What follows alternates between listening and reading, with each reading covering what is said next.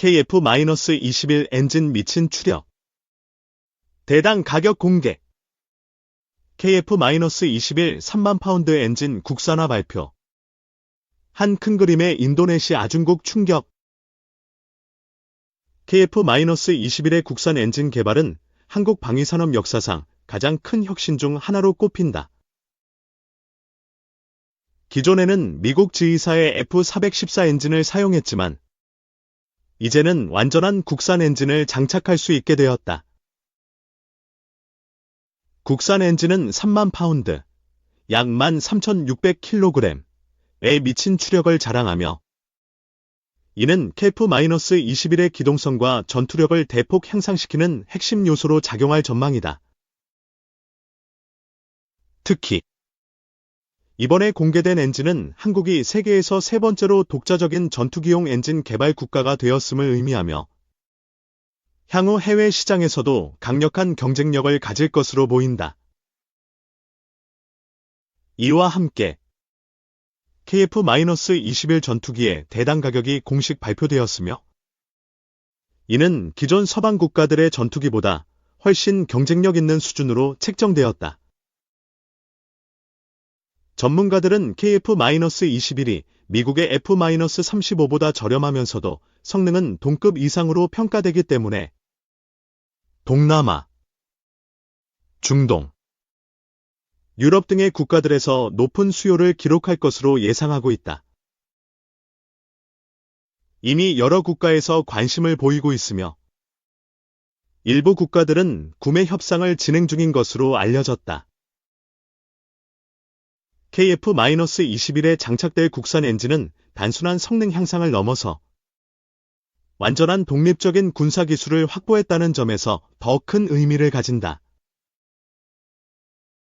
그동안 한국은 전투기 엔진 기술이 부족하여 해외 의존도가 높았으나 이번 국산 엔진 개발 성공으로 인해 향후 전투기뿐만 아니라 무인기, 스텔스 폭격기 등 다양한 첨단 항공기 개발에 있어서도 독립적인 기술력을 확보할 수 있게 되었다.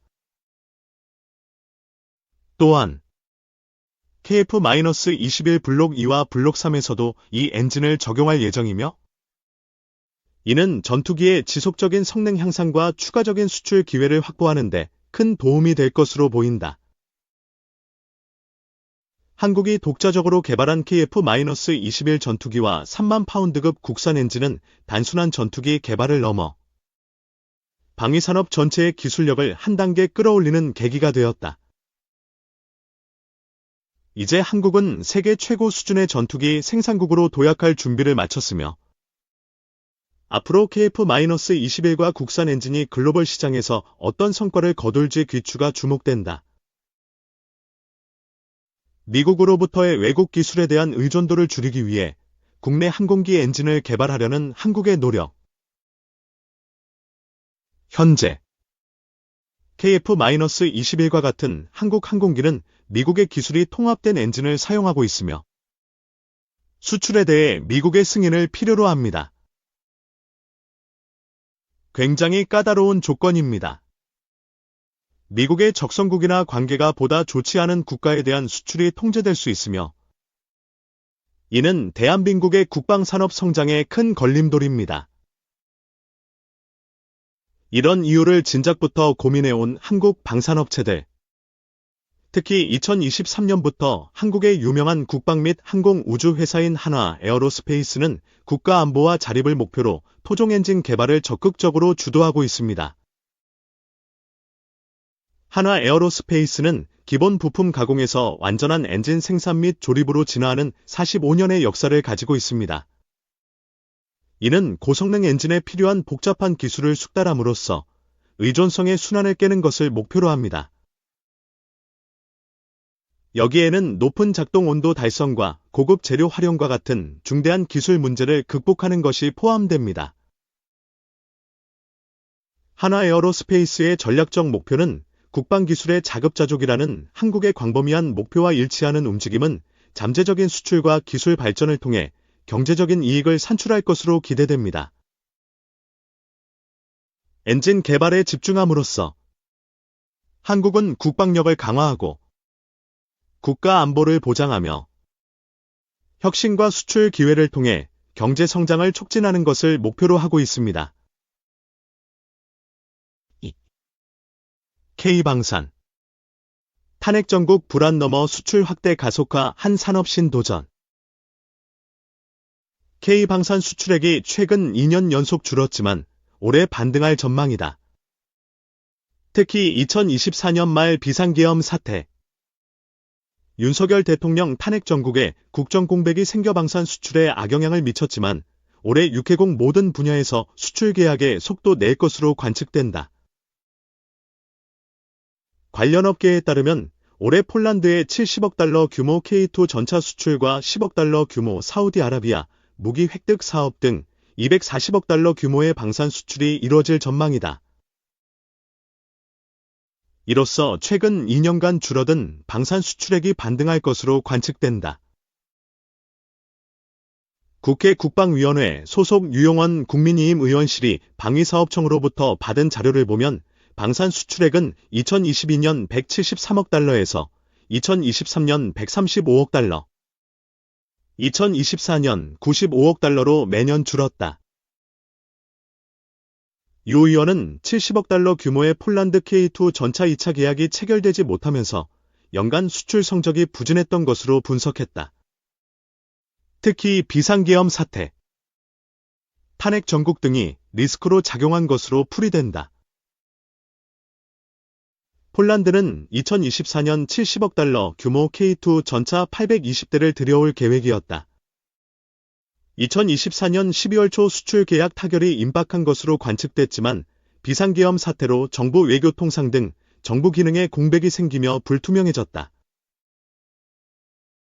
비상계엄 사태에 폴란드 측이 계약을 서두르지 않는 태도를 보이는 것으로 전해졌다. 당초 2024년 9월 계약 성사가 예상됐지만 12월까지 미뤄지다 비상계엄 사태에 결국 2024년 내 계약이 불발된 셈이다. 하지만 방산업계는 올해 정세가 안정되면 수출 협상에 더욱 속도 낼 수 있을 것으로 보고 있다. 미뤄진 협상이 올해로 넘어오면서 연내 타결을 예상하고 있다. 특히 방산업계는 올해도 수출 대상국을 더욱 넓힐 방침이다. 방산 수출국은 2022년 4개국으로 2023년 12개국으로 늘었다. 2024년에는 15개국까지 증가한 것으로 추산된다. 이들 수출 확대는 육해공 모든 분야에서 기대가 커지고 있다. 방산업계는 이미 수주한 수출 계약에 따라 실적이 담보됐으며 올해 추가 수주에도 적극 나선다. 지상무기는 협상이 지연된 폴란드 K2 전차 수출과 함께 2024년 11월 현대로템이 페루 육군 조병창과 체결한 K2 전차 및 차륜 형장갑차 등 지상무기에 대한 총괄협약이 실행계약으로 이어질 전망이다. 하나에어로스페이스는 최근 인도와 K9 자주포, 백문 공급에 대한 협의를 진행하고 있다. 이번 협의가 계약 성사로 이어질 경우 2017년 인도에 처음 수출한 이후 추가 공급하게 된다.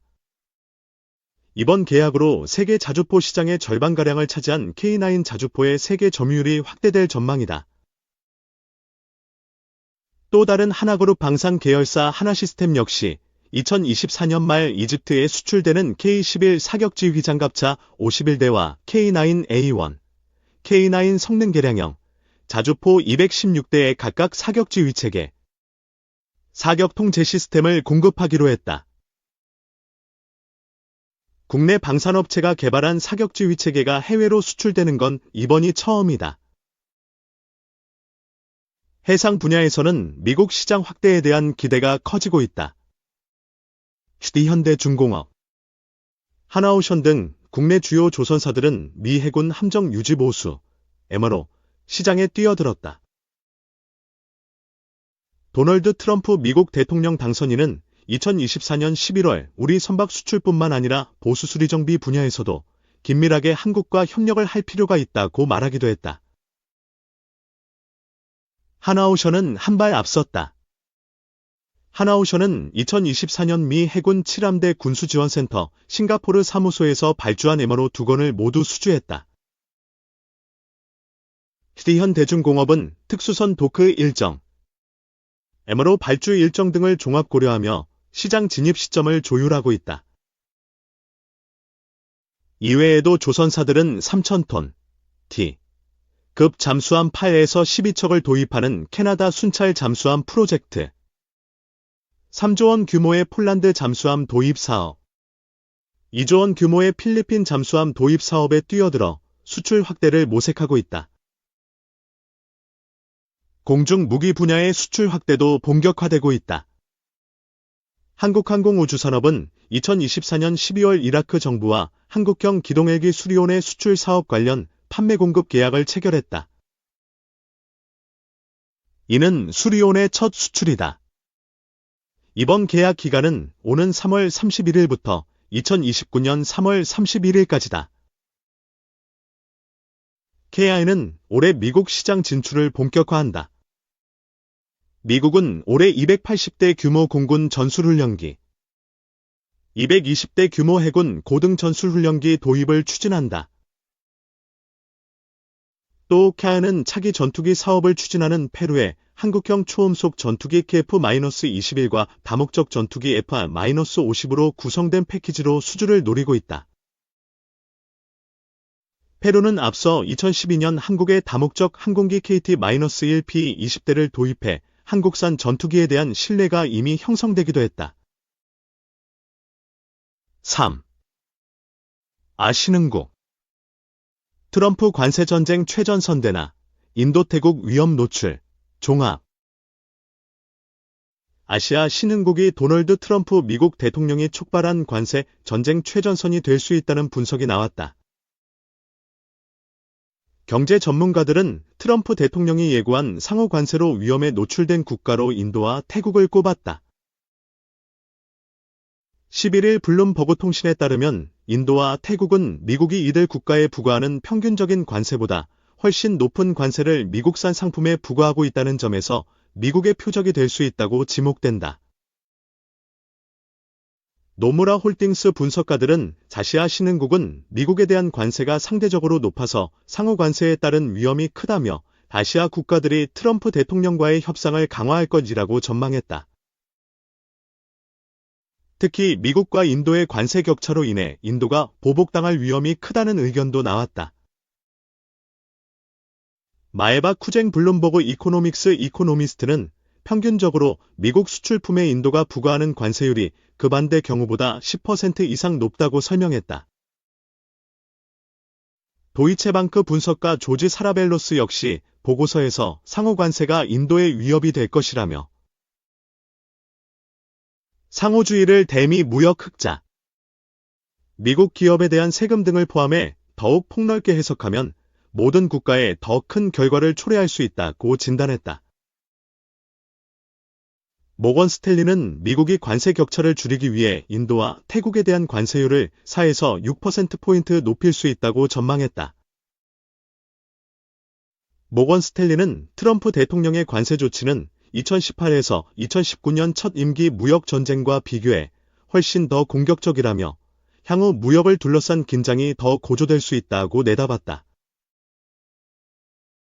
아시아 각국은 대미 무역 흑자를 줄이기 위한 방안을 앞다퉈 내놓으며 미국 공세에 대비하고 있다.